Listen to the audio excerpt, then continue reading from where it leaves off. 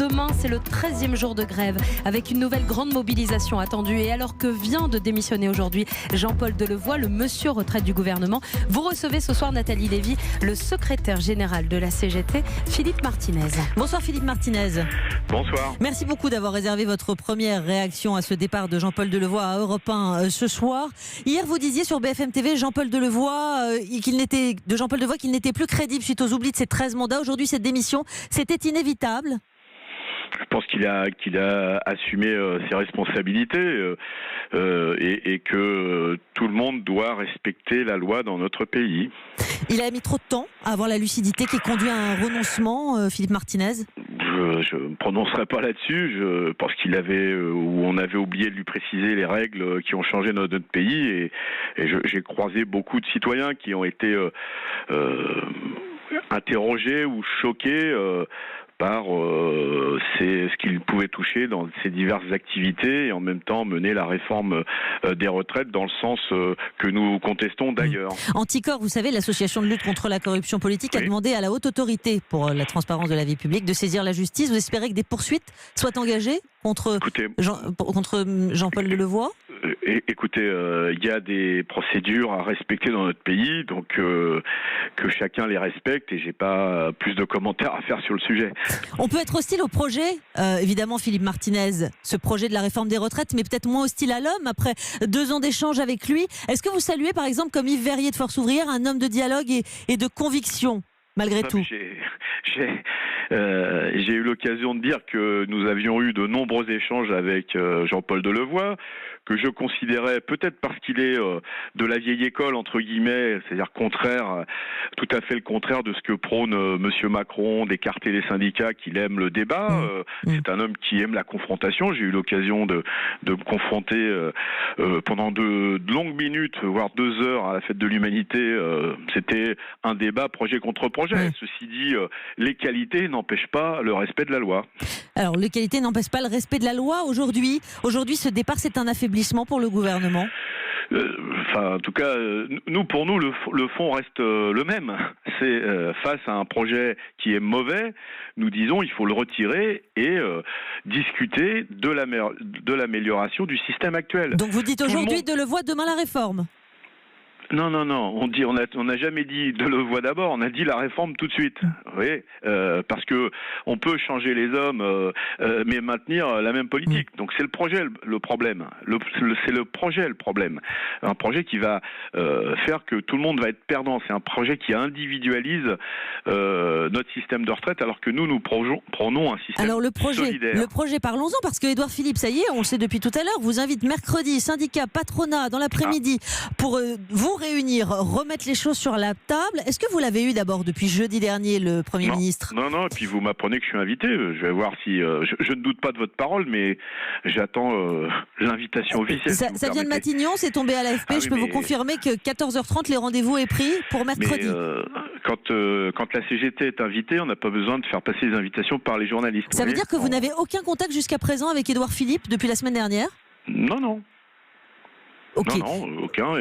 J'ai pas eu connaissance d'invitation, mais je vais tout de suite, dès que j'ai fini l'interview, je vais aller voir. Voilà, il y aura aussi réunion multilatérale à 16h, ce sera donc à Matignon. Qu'est-ce qui va se passer demain alors ? Parce que vous nous le dites, il faut retirer cette réforme. Vous avez eu vos camarades, les syndicats réformistes, l'UNSA, la CFDT pour demain. Vous n'avez pas le même mot d'ordre. Comment vous faites demain ? Écoute, en tout cas, moi, ce que je constate, c'est que personne n'est content. C'est quand même à noter. À part le patronat, personne n'est content. C'est d'ailleurs un indicateur pour l'ensemble des citoyens de ce pays. Donc ça, c'est la première chose. Tout le monde sait que nous avons des différences avec la CFDT. On va pas épiloguer là-dessus non plus. Nous prônons un autre partage des richesses, c'est-à-dire que le produit du travail, c'est-à-dire que ce que tout le monde produit, soit mieux partagé entre ceux qui travaillent et ceux qui en profitent pour verser des dividendes aux actionnaires, ce qui est le cas dans notre pays. On est quand même les champions d'Europe des dividendes versés aux actionnaires. Alors quand on nous dit qu'il n'y a pas d'argent, non, il y a des choix politiques qui font que l'argent va dans les mauvaises poches, ou en tout cas va pas pour une part dans les poches où elle devrait aller. Philippe Martinez, vous citez la CFDT. Si la CFDT a gain de cause, c'est-à-dire que si l'âge pivot à 64 ans, l'exécutif y renonce, est-ce que vous pouvez imaginer aussi réfléchir à stopper la grève et la mobilisation ? Écoutez, la grève, premièrement, j'aime pas faire du syndicalisme fiction ou du social fiction. Pour l'instant, la réalité, c'est qu'on va travailler plus longtemps selon les propos Oui, mais d'Édouard Philippe. si l'exécutif renonce à l'âge pivot. Vous savez, avec beaucoup de si, on change le monde. Pour l'instant, le monde, c'est sans des si et on le change dans le mauvais sens. Il y a des grévistes aujourd'hui, ceux qui décident de la conduite de la grève. Et moi, je le répète, quand on est stigmatisé comme l'ont été les fonctionnaires, parce qu'il y a les salariés de la SNCF, ceux de la RATP, mais il y a tout le personnel hospitalier qui ont l'impression que Madame Buzyn découvre qu'il y a un problème à l'hôpital. Il y a mais attendez, Philippe Martinez, pardonnez-moi, je reviens sur l'âge pivot parce que vous me répondez pas clairement. Est-ce que ça peut être un préalable si l'exécutif renonce à l'âge pivot à 64 ans? Est-ce que vous pouvez imaginer stopper le mouvement? En tout cas, les grévistes jugeront s'ils doivent le stopper ou pas, mais pour la CGT, non, parce que c'est l'ensemble du projet que nous contestons. C'est un projet qui va réduire les pensions de tout le monde. C'est un projet qui sacrifie les générations futures. Moi, j'ai envie de regarder mes enfants dans les yeux et de leur dire « Je n'ai pas contribué à ce que tu partes à la retraite à 70 ans avec peu de pension. » Vous êtes prêt, Philippe Martinez? Alors, vous êtes prêt, Philippe Martinez, pour la CGT, à priver demain les Français de cette séquence familiale de Noël parce que c'est peut-être ce vers quoi on tend?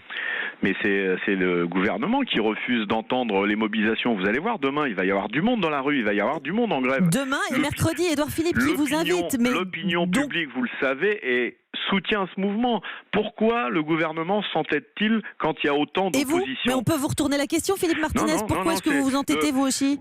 Non, le 55% des Français sont pour repenser les régimes spéciaux. Hein. Mais je vous parle du soutien à la mobilisation. Et je crois qu'on frôle les 68%. Vous voyez, ça fait quand même une sacrée majorité. Mais donc quand on vous renvoie l'argument, Philippe Martinez, vous répondez quoi?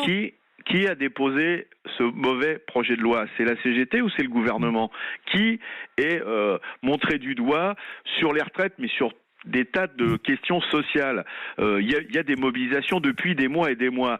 Donc la situation actuelle, c'est la responsabilité du gouvernement. Donc Philippe Martinez, on avait la même situation avec les Gilets jaunes l'année dernière. Vous le savez très bien. Donc il y aura peut-être pas de moyens pour se rendre en famille à Noël. C'est ce que vous nous dites ce soir, parce qu'il n'y aura peut-être pas de train. Ce que je vous dis, c'est qu'il y a moyen, des moyens, il peut y en avoir si le gouvernement écoute la contestation qui est très forte dans ce pays. Merci beaucoup Philippe Martinez de nous avoir réservé votre première réaction ce soir à la démission de Jean-Paul Delevoye. Merci à vous.